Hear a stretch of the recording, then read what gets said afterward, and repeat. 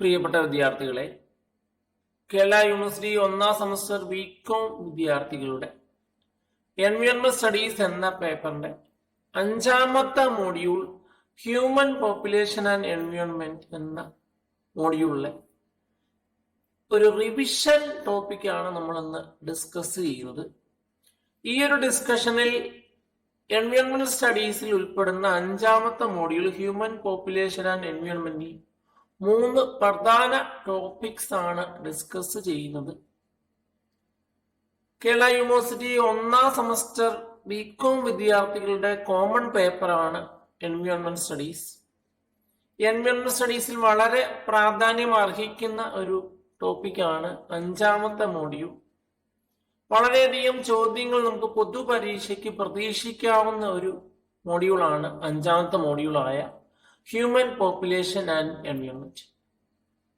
നമ്മൾ ആദ്യം ഡിസ്കസ് ചെയ്യുന്നത് ഹ്യൂമൻ പോപ്പുലേഷൻ അല്ലെങ്കിൽ പോപ്പുലേഷൻ എക്സ്പ്ലോഷൻ എന്നൊരു ടേം ആണ്. ജനസംഖ്യാ വിസ്ഫോടനം എന്ന് മലയാളത്തിൽ അറിയപ്പെടുന്ന ഒരു ടേമാണ് population explosion. Population explosion refers to rapid and dramatic rise in world population. ലോക ജനസംഖ്യയിൽ ഉണ്ടാകുന്ന പെട്ടെന്നുണ്ടാകുന്ന ഒരു വളർച്ച, അത്തരം വളർച്ചയാണ് നമ്മൾ പോപ്പുലേഷൻ എക്സ്പ്ലോഷൻ എന്ന് വിളിക്കുന്നത്. പലപ്പോഴും അൺകൺട്രോൾഡ് ആയ ഒരു രീതിയിലാണ് പലപ്പോഴും പോപ്പുലേഷൻ എക്സ്പ്ലോഷൻ നടക്കുന്നത് അല്ലെങ്കിൽ പോപ്പുലേഷൻ കൂടുന്നത്. ഇന്ന് ഏഷ്യയിലെ 2 പ്രധാനപ്പെട്ട രാജ്യങ്ങളാണ് ഇന്ത്യയും ചൈനയും. ഈ 2 രാജ്യങ്ങളാണ് ലോകത്തെ വളരെയധികം പോപ്പുലേഷൻ എക്സിസ്റ്റ് ചെയ്യുന്നത്. പലപ്പോഴും ഇത്തരം പോപ്പുലേഷൻ എക്സ്പ്ലോഷന്റെ പ്രധാനപ്പെട്ട 3 കാരണങ്ങൾ എന്ന് പറയുന്നത് increased birth rate, decrease in infant mortality rate, improved life expectancy. So the dramatic and rapid rise in population is called population explosion, or the increase in population beyond normal limit is called population explosion. 2 രൂപത്തിൽ നമുക്ക് population explosion എന്ന ടേമിനെ define ചെയ്യാം. ഒന്ന്, റാപ്പിഡും ഡ്രമാറ്റിക്കും ആയ population increase ആണ് population explosion, അല്ലെങ്കിൽ ഒരു normal ലിമിറ്റിലേക്കാട്ടിലും ഉണ്ടാകുന്ന പോപ്പുലേഷൻ ഗ്രോത്ത് ആണ് പോപ്പുലേഷൻ എക്സ്പ്ലോഷൻ. പലപ്പോഴും അണ്ടർ ഡെവലപ്ഡ് കൺട്രീസിനെയും ഡെവലപ്പിംഗ് കൺട്രീസിനെയും ഒരുപോലെ തന്നെ ബാധിക്കുന്ന ഒരു പ്രോബ്ലമാണ് പോപ്പുലേഷൻ എക്സ്പ്ലോഷൻ. പ്രധാന 3 കാരണങ്ങൾ കണ്ടു പോപ്പുലേഷൻ എക്സ്പ്ലോഷന്റെ. ഒന്ന്, ബർത്ത് റേറ്റിൽ ഉണ്ടാകുന്ന increase, decrease in infant mortality rate, improved life expectancy. ഈ 3 കാരണങ്ങളാണ് പൊതുവെ പോപ്പുലേഷൻ എക്സ്പ്ലോഷന്റെ പ്രധാന കാരണങ്ങൾ എന്ന് നമ്മൾ വിലയിരുത്തുന്നത്. ഇനി നമുക്ക് പ്രധാനപ്പെട്ട പോപ്പുലേഷൻ എക്സ്പ്ലോഷന്റെ പ്രധാനപ്പെട്ട റീസൺസ് നോക്കിയാൽ 3 പ്രധാന റീസൺസ് ആണ് ഉള്ളത്. ഒന്ന്, increase in food production and distribution. പലപ്പോഴും ഡെവലപ്പിംഗ് കൺട്രീസ് പോലുള്ള ഇന്ത്യയിൽ ഫുഡ് പ്രൊഡക്ഷനും ഡിസ്ട്രിബ്യൂഷനും വളരെ കൃത്യമായ രീതിയിൽ തന്നെ നടക്കുന്നത്, വളരെ സുതാര്യമായ രീതിയിലാണ് നടക്കുന്നത്. പലപ്പോഴും അങ്ങനെ ഫുഡ് പ്രൊഡക്ഷനും ഡിസ്ട്രിബ്യൂഷനും കൃത്യമായ രീതിയിൽ നടക്കുമ്പോൾ പോപ്പുലേഷൻ എക്സ്പ്ലോഷൻ വളരെയധികം കൂടുന്നു. 2, ഇംപ്രൂവ്മെന്റ് ഇൻ പബ്ലിക് ഹെൽത്ത്. പലപ്പോഴും പൊതുജന ആരോഗ്യങ്ങൾക്ക് കൂടുതൽ പ്രാധാന്യം കൊടുക്കുന്നു. പൊതുജനങ്ങൾക്ക് ആരോഗ്യത്തിന് വേണ്ടി മെച്ചപ്പെട്ട സംവിധാനങ്ങൾ ഇന്ന് നിലവിലുണ്ട്. അതും പോപ്പുലേഷൻ എക്സ്പ്ലോഷന്റെ ഒരു പ്രധാന റീസൺ ആയി കൺസിഡർ ചെയ്യാം. 3, improvement in medical technology. Vaccination, antibiotic പോലെയുള്ള കാര്യങ്ങൾ, അതുപോലെ തന്നെ പുതിയതായി വരുന്ന മെഡിക്കൽ ടെക്നോളജിയിൽ ഉണ്ടാകുന്ന വികാസങ്ങൾ, പുതിയ ഡെവലപ്മെന്റ്സ് പോലെയുള്ള കാര്യങ്ങൾ പലപ്പോഴും ഇത്തരം പോപ്പുലേഷൻ എക്സ്പ്ലോഷന്റെ ഒരു പ്രധാന റീസൺ ആയി വരുന്നു. നേരത്തെ പറഞ്ഞു ലൈഫ് എക്സ്പെക്ടൻസി ഇൻക്രീസ് ചെയ്യുന്നു. അതായത് അയാൾ ജീവിക്കുന്ന ഒരു വയസ്സെന്ന് പറയുന്നത് കൂടുന്നു. ഇന്ത്യയിലെ 70 വയസ്സാണ് പലപ്പോഴും ഒരാളുടെ പരമാവധി ആയുർദൈർഘ്യം, അല്ലെങ്കിൽ 70 അല്ലെങ്കിൽ 80 ആണ്. ഈ ഒരു കൂടുന്ന ആയുർദൈർഘ്യത്തെയാണ് നമ്മൾ ഇൻക്രീസ് ഇൻ ലൈഫ് എക്സ്പെക്ടൻസി എന്ന് വിളിക്കുന്നത്. അങ്ങനെ 3 പ്രധാന റീസൺ ആണ് പോപ്പുലേഷൻ എക്സ്പ്ലോഷൻ എന്ന് പറയുന്ന പ്രതിഭാസത്തിന് പിന്നിൽ. ഒന്ന്, increase in food production and distribution. പലപ്പോഴും ഫുഡ് ഗ്രെയിൻസുകൾ കൃത്യമായ രീതിയിൽ പ്രൊഡ്യൂസ് ചെയ്യുന്നു, അതിനെ കൃത്യമായ രീതിയിൽ തന്നെ ജനങ്ങളിൽ എത്തിക്കുന്നു. പബ്ലിക് ഹെൽത്ത് ഇംപ്രൂവ് ചെയ്യുന്നു. പുതുതായി പല പ്രോജക്റ്റുകളും തുടങ്ങുന്നു. പലരുടെ പല രൂപത്തിൽ, പല ഭാവത്തിൽ പല പുതിയ പ്രോജക്റ്റുകൾ വരുന്നു. Increase in life expectancy. ഈ 3 റീസൺ ആണ് പ്രധാനമായിട്ടും പോപ്പുലേഷൻ എക്സ്പ്ലോഷന്റെ പ്രധാന റീസൺ എന്ന് നമ്മൾ പരിഗണിക്കുന്നു.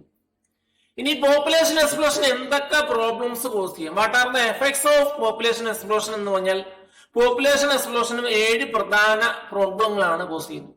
Population explosion causes the following problems.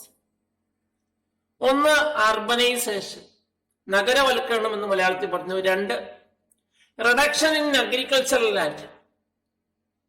പലപ്പോഴും അഗ്രികൾച്ചറൽ ലാൻഡുകൾ മറ്റുള്ള ആക്ടിവിറ്റീസിന് വേണ്ടി ഉപയോഗിക്കുന്നു. കാർഷികപരമായി നമ്മൾ ഉപയോഗിക്കുന്ന ലാൻഡുകൾ മറ്റുള്ള കൺസ്ട്രക്ഷൻ ആക്ടിവിറ്റീസിന് വേണ്ടി യൂസ് ചെയ്യുന്നു. 3, ഡീഫോറസ്റ്റേഷൻ, വനഭൂമിയുടെ നാശം. 4, degradation in quality of life. കൂടുതൽ ആൾക്കാര് കുറഞ്ഞ റിസോഴ്സുകൾ യൂട്ടിലൈസ് ചെയ്യുന്നു. വളരെ പരിമിതമായ റിസോഴ്സുകൾ യൂട്ടിലൈസ് ചെയ്യുന്ന ഫലമായി പലപ്പോഴും ക്വാളിറ്റി ഓഫ് ലൈഫ് കുറയുന്നു. 5, പൊല്യൂഷൻ, മലിനീകരണം. 6, unemployment. 7, poverty. So population explosion means rapid increase in the growth of population. വളരെയധികം ജനങ്ങൾ പലപ്പോഴും ലിമിറ്റഡ് ആയ റിസോഴ്സുകൾ ഉപയോഗിക്കുന്നു, അല്ലെങ്കിൽ നഗരവൽക്കരണം പോലെയുള്ള കാര്യങ്ങൾ ഉണ്ടാകുന്നു.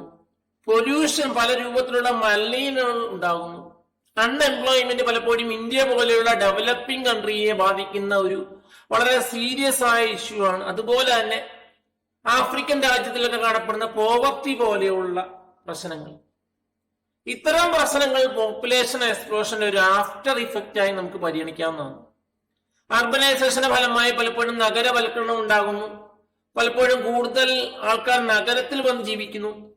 അവരുടെ എഡ്യൂക്കേഷന് അല്ലെങ്കിൽ എംപ്ലോയ്മെന്റിന് വേണ്ടി ഇത്തരം നഗരങ്ങളിൽ ആശ്രയിക്കുന്നു. സോ നമുക്ക് ഈ അടുത്ത പരിഗണിക്കേണ്ട ഒരു ടോപ്പിക് എന്ന് പറഞ്ഞ impact of population on environment. Population explosion എങ്ങനെ എൻവയോൺമെന്റിൽ ബാധിക്കുന്നു? നേരത്തെ പറഞ്ഞു പല രൂപത്തിലുള്ള എൻവയോൺമെന്റൽ പൊല്യൂഷനുകൾ ഇത്തരം പോപ്പുലേഷൻ എക്സ്പ്ലോഷൻ കോസ് ചെയ്യാറുണ്ട്.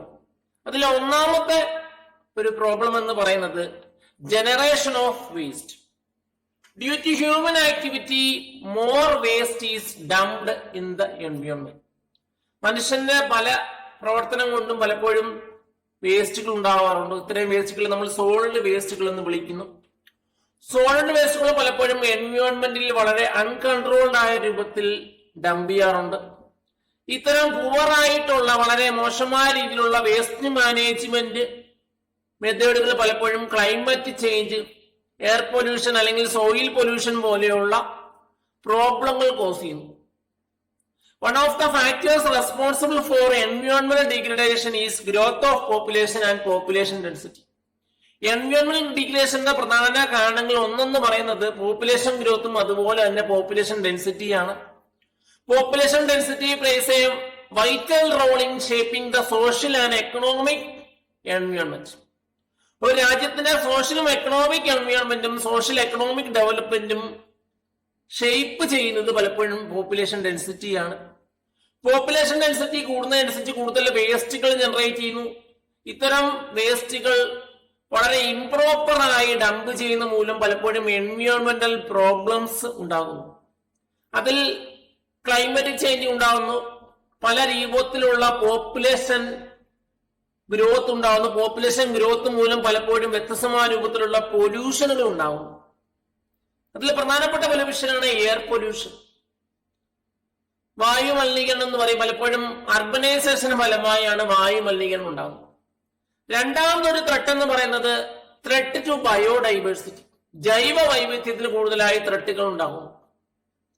Due to destructive activities more minerals are extracted from earth. പലപ്പോഴും ഇൻഡസ്ട്രിക്ക് ആവശ്യമായ മിനറൽസ് ഭൂമിയിൽ നിന്നും എക്സ്ട്രാക്ട് ചെയ്യുന്നു. അത്തരം പ്രവർത്തനത്തെ നമ്മൾ മൈനിങ് എന്ന് പറയുന്നു. പലപ്പോഴും മൈനിങ് എന്ന് പറയുന്ന ആക്ടിവിറ്റി അനിമൽസിനെയും പ്ലാന്റ്സിനെയും കൂടുതലായി എഫക്ട് ചെയ്യുന്നു. ബയോഡൈവേഴ്സിറ്റിയുടെ ലോസിന് കാരണമാകുന്നു. ബയോഡൈവേഴ്സിറ്റി നാശമുണ്ടാകുന്നു, ഹാബിറ്റാറ്റ് ലോസ് പോലെയുള്ള പ്രോബ്ലംസ് ഉണ്ടാകുന്നു, എക്കോളജിക്കൽ ഇംബാലൻസ് കോസ് ചെയ്യുന്നു. So due to more man activity and due to more extraction of minerals biodiversity loss may result. ബയോഡൈവേഴ്സിറ്റിക്ക് ലോസ് ഉണ്ടാകുന്നു, എക്കോളജിക്കൽ ഇംബാലൻസ് ഉണ്ടാകുന്നു, പ്ലാന്റ്സും അനിമൽസിന്റെയും ആവാസ വ്യവസ്ഥയിൽ ഉണ്ടാകുന്ന നാശമാണ് നമ്മൾ ത്രെട്ട് ടു ബയോഡൈവേഴ്സിറ്റി എന്ന് വിളിക്കും. മൂന്നാമതൊരു ഇമ്പാക്ട് എന്ന് പറയുന്നത് സ്ട്രെയിൻ ഓൺ ഫോറസ്റ്റ്. കൂടുതൽ ഫോറസ്റ്റ് റിസോഴ്സുകൾ യൂസ് ചെയ്യുന്നു. More forest resource are been utilised for industry and other purpose. ഇൻഡസ്ട്രിക്ക് വേണ്ടി, മറ്റുള്ള ആക്ടിവിറ്റീസിന് വേണ്ടി പലപ്പോഴും ഫോറസ്റ്റ് റിസോഴ്സുകൾ യൂസ് ചെയ്യുന്നു. അതുപോലെ തന്നെ കൺസ്ട്രക്ഷൻ ആക്ടിവിറ്റീസിന് വേണ്ടി ഫോറസ്റ്റ് ലാൻഡ് യൂട്ടിലൈസ് ചെയ്യുന്നു. പലപ്പോഴും ഡീഫോറസ്റ്റേഷൻ കോസ് ചെയ്യുന്നു. Loss of forest will causes global warming and climate changes. വളരെ സീരിയസ് ആയ ഒരു പ്രോബ്ലമാണ് ഗ്ലോബൽ വാർമിംഗ്. പലപ്പോഴും അന്തരീക്ഷത്തിൽ ഗ്രീൻ ഹൗസ് ഗ്യാസുകളുടെ എമൗണ്ട് കൂടുന്നു, അല്ലെങ്കിൽ അളവ് കൂടുന്നതിന്റെ ഫലമായി ഭൂമിയിലെ ടെമ്പറേച്ചർ ഇൻക്രീസ് ചെയ്യുന്നു. ഭൂമിയിലെ ടെമ്പറേച്ചർ ഇൻക്രീസ് ചെയ്യുന്ന ഫലമായി പല രൂപത്തിലുള്ള ക്ലൈമറ്റ് ചേഞ്ചുകൾ ഉണ്ടാകുന്നു. അത്തരം ക്ലൈമറ്റ് ചേഞ്ചുകൾ പലപ്പോഴും സോഷ്യലും എക്കണോമിക് ആയ പ്രോബ്ലംസ് കോസ് ചെയ്യുന്നു. പലപ്പോഴും നമ്മുടെ ഇന്ത്യ പോലെയുള്ള രാജ്യത്ത് കൂടുതൽ ജനങ്ങൾ കാർഷിക വൃത്തിയാണ് ഉപയോഗിക്കുന്നത്. പലപ്പോഴും കാർഷികമായ പല കാര്യങ്ങൾ ഉപയോഗിച്ചാണ് അവരുടെ ജീവിതം മുന്നോട്ട് പോകുന്നത്. അത്തരം കാർഷിക വ്യവസ്ഥയെ പലപ്പോഴും ഇത്തരം ക്ലൈമറ്റ് ചേഞ്ചുകൾ ബാധിക്കുന്നു. ഇനി നാലാമത്തെ ഇമ്പാക്ട് എന്ന് പറഞ്ഞാൽ അർബനൈസേഷൻ ആണ്. Rapid growth of population has lead to urbanisation. Urbanisation means നഗരവൽക്കരണം. ഗ്രാമങ്ങൾ നഗരങ്ങളിലോട്ട് മാറുന്നു. So rapid growth of population has led to urbanisation. Urbanization has a very bad impact on environment. എൻവയോൺമെന്റിൽ പലപ്പോഴും വളരെ മോശമായ പല പ്രോബ്ലംസും ഇത്തരം അർബനൈസേഷൻ കോസ് ചെയ്യുന്നു. നേരത്തെ കണ്ടു, സോളിഡ് വേസ്റ്റുകൾ വളരെ മോശമായ രീതിയിൽ ഡിസ്പോസ് ചെയ്യുന്നു. സോളിഡ് വേസ്റ്റുകൾ കൃത്യമായ രീതിയിൽ ഡിസ്പോസ് ചെയ്യാത്തത് മൂലം പലപ്പോഴും പല രൂപത്തിലുള്ള പൊല്യൂഷനുകൾ ഉണ്ടാവുന്നു. കൂടുതലായി നാച്ചുറൽ റിസോഴ്സുകൾ യൂസ് ചെയ്യുന്നു. പലപ്പോഴും എക്കോസിസ്റ്റത്തിൽ ലോസ് സംഭവിക്കുന്നു. ഇതൊക്കെയാണ് അർബനൈസേഷന്റെ ഒരു പ്രോബ്ലം എന്ന് പറയുന്നത്. Natural resources R depleted in A fast rate. പലപ്പോഴും അൺകൺട്രോൾഡ് ആയ നാച്ചുറൽ റിസോഴ്സിന്റെ ഉപയോഗം ഡിപ്ലീഷൻ പോലെയുള്ള പ്രോബ്ലംസ് കോസ് ചെയ്യുന്നു. ഇനി അഞ്ചാമത്തെ ഇമ്പാക്ട് എന്ന് പറഞ്ഞ ഇൻഡസ്ട്രിയലൈസേഷൻ ആണ്. So industrialisation means more industries are being developed. Under developed കൺട്രീസും ഡെവലപ്പിംഗ് കൺട്രീസും ഇൻഡസ്ട്രിയലൈസേഷൻ എന്ന് പറയുന്ന പ്രക്രിയ പലപ്പോഴും അവരുടെ സോഷ്യലും എക്കണോമിക് ഡെവലപ്പിന് വേണ്ടി യൂസ് ചെയ്യുന്നു. പലപ്പോഴും പുതിയ ഇൻഡസ്ട്രീസ് ഡെവലപ്പ് ചെയ്യുന്നു. അത്തരം ഇൻഡസ്ട്രീസിന്റെ ഡെവലപ്മെന്റ് പലപ്പോഴും എൻവയോൺമെന്റൽ ഡീഗ്രേഡേഷൻ കോസ് ചെയ്യുന്നു. So more industries R been constructed on developing and under developing countries. India പോലെയുള്ള രാജ്യത്ത് പലപ്പോഴും കൂടുതൽ ഇൻഡസ്ട്രീസും വരുന്നു. പലപ്പോഴും എൻവയോൺമെന്റൽ ഡീഗ്രേഡേഷൻ ഉണ്ടാകുന്നു. പലപ്പോഴും കൂടുതലായി മിനറൽസിന്റെ ഒരു മൈനിങ് നടക്കുന്നു. അത്തരം മിനറൽസിന്റെ മൈനിങ് പലപ്പോഴും വാട്ടർ പൊല്യൂഷനും സോയിൽ പൊല്യൂഷനും കോസ് ചെയ്യുന്നു. ഇനി ആറാമത്തെ എൻവയോൺമെന്റൽ ഇമ്പാക്ട് എന്ന് പറഞ്ഞാൽ ലാൻഡ് ഡിഗ്രഡേഷൻ ആണ്. Land degradation refers to loss of productivity of land. ലാൻഡിന്റെ പ്രൊഡക്ടിവിറ്റി നഷ്ടപ്പെടുന്നു. ലാൻഡിന്റെ ഒരു നാച്ചുറൽ ആയ ഒരു ക്വാളിറ്റി നശിക്കുന്നു. പലപ്പോഴും ഓർഗാനിക് മാറ്ററുകൾ നശിക്കുന്നു. പലപ്പോഴും സോയിലിന്റെ ഫെർട്ടിലിറ്റി ലോസ് ചെയ്യുന്നു. സോയിൽ ഇറോഷൻ ഉണ്ടാവുന്നു. പലപ്പോഴും സോയിലിനകത്ത് ടോക്സിക് കെമിക്കൽസിന്റെ എമൗണ്ട് കൂടുന്നു. അത്തരം പ്രശ്നങ്ങളെയാണ് നമ്മൾ പൊതുവെ ലാൻഡ് ഡിഗ്രഡേഷൻ എന്ന് പറയുന്നത്. Land degradation refers to loss of productivity of lands. It is mainly due to loss of organic matter, decline in soil fertility, soil erosion and increase in the amount of toxic chemicals. പലപ്പോഴും land degradation പല കാരണങ്ങൾ കൊണ്ടുണ്ടാകുന്നു. Soil erosion കൊണ്ടുണ്ടാകുന്നു. സോയിലിനകത്ത് toxic കെമിക്കൽസിന്റെ amount കൂടുന്നു. ഇനി ഏഴാമത്തെ ഒരു ഇമ്പാക്ട് എന്ന് പറഞ്ഞാൽ എൻവയോൺമെന്റൽ ഇമ്പാക്ട് എന്ന് പറഞ്ഞാൽ ക്ലൈമറ്റ് ചേഞ്ച് ആണ്. പലപ്പോഴും ഫോസിൽ ഫ്യൂവൽസിന്റെ ജ്വലനം പലപ്പോഴും അറ്റ്മോസ്ഫിയറിക് പൊല്യൂഷൻ കോസ് ചെയ്യുന്നു.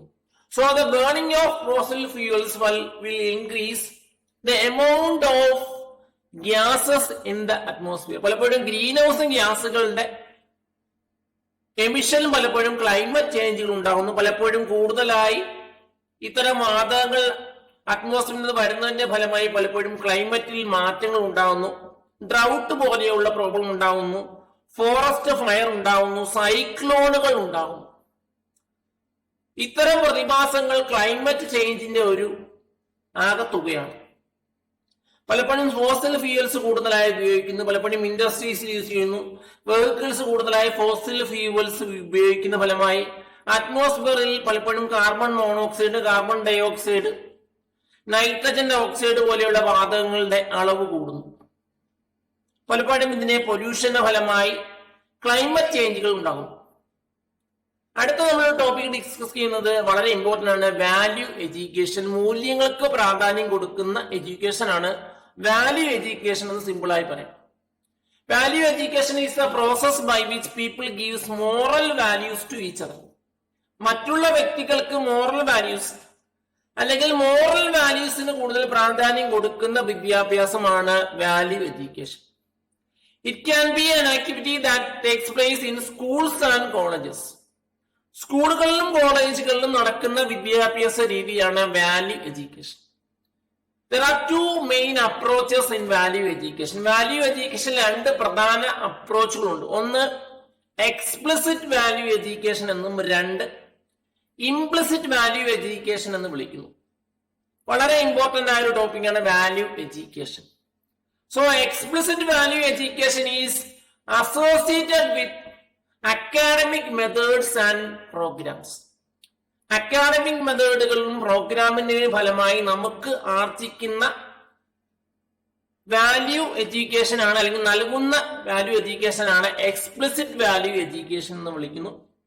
Implicit value education includes those aspects of education experience resulting in value influence learning. Value influence ലേണിംഗിന്റെ ഫലമായി കിട്ടുന്ന എഡ്യൂക്കേഷൻ എക്സ്പീരിയൻസുകളെയാണ് നമ്മൾ ഇംപ്ലിസിറ്റ് വാല്യൂ എഡ്യൂക്കേഷൻ എന്ന് പറയുന്നത്. പലപ്പോഴും കരിക്കുലത്തിന്റെ ഭാഗമായി വരാത്ത ഒരു വാല്യൂ എഡ്യൂക്കേഷൻ ആണ് implicit value education. Implicit value education can be related to the concept of hidden curriculum. പലപ്പോഴും വാല്യൂ എഡ്യൂക്കേഷന് ഫലമായാണ് നമുക്ക് ഇംപ്ലിസിറ്റ് വാല്യൂ എഡ്യൂക്കേഷൻ ലഭിക്കുന്നത്. ഇനിയും വാല്യൂ എഡ്യൂക്കേഷൻ ഒബ്ജക്റ്റീവ്സ് നോക്കിയാൽ വാല്യൂ എഡ്യൂക്കേഷന് പൊതുവെ 6 പ്രധാന ലക്ഷ്യങ്ങളാണ് ഉള്ളത്. It has to develop dignity of individual and society.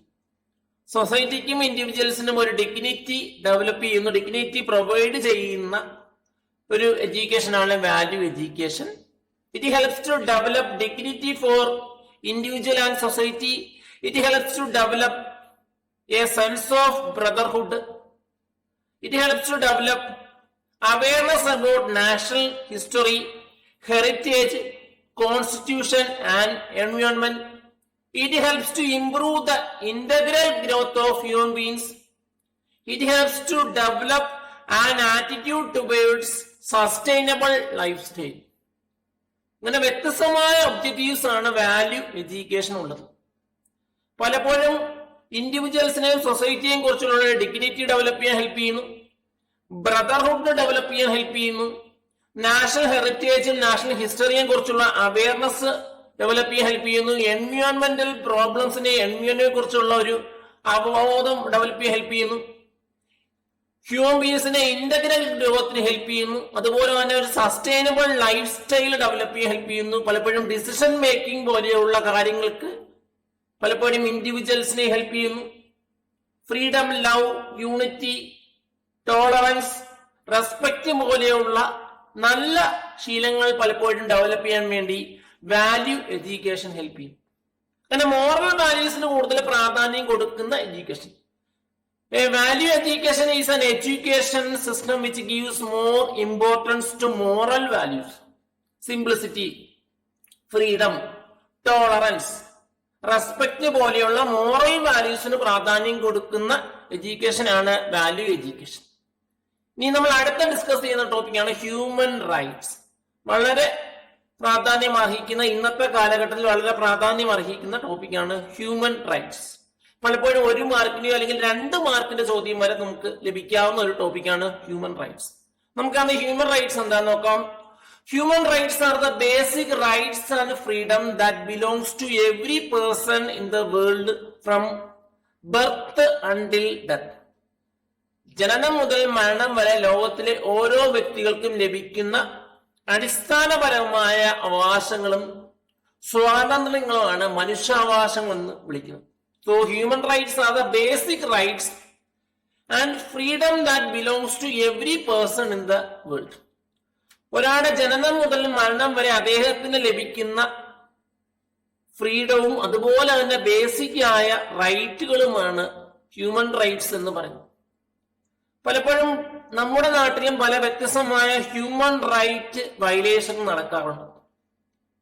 ഇല്ലീഗലായ detention പലപ്പോഴും ഇത്തരം ഹ്യൂമൻ റൈറ്റ്സിന്റെ വയലേഷനാണ്.